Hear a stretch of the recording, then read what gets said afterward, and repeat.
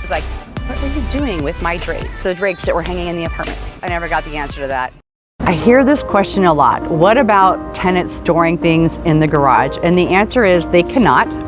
First of all, the fire department has big issues with it. If the health department comes up, they'll write you up for it. It's not a safe place to store things. It can be a fire hazard. It looks bad, and I've recently heard that roaches in someone's furniture can pass from one space to another and it just travels on down the line. I have not heard that before, but I could see where if you had something infested and it was next to somebody else's stuff stored in the garage, that perhaps could happen.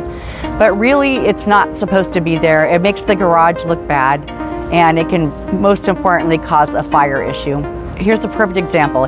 You have a car that's leaking oil. You've got a tenant that smokes, and they're not allowed to smoke in the apartment, so the wife sends them outside. They go to the car, they grab their smokes, and the person smokes and then throws their cigarette down on the grease spot of the car next to them that's leaking oil, and the next thing you've got is a fire. That's especially true if you're storing a whole bunch of furniture or papers or things in front of your car. That could spread very quickly. You know, this stuff usually happens over time, and it's usually an on-site manager or a property management company that's not staying on top of it, and it just starts to accumulate and build up, and eventually you walk in and it looks like you know, that you've started a recycling place for furniture. And I've seen rugs rolled up, I've seen furniture, I've seen paperwork in boxes, I've seen toys, a lot of toys, a lot of times, a bunch of different things. So it's something you want to stay on top of and keep an eye on.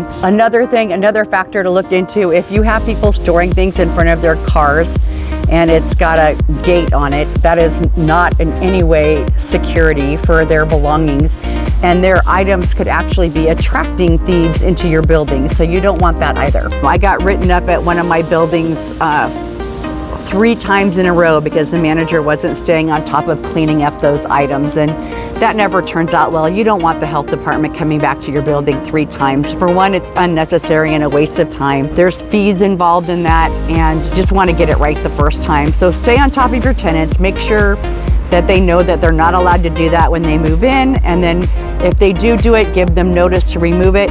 And honestly, after 3-4 notices, we'll remove it. That's not allowed to be there. The fire department doesn't allow it, and you shouldn't allow it either.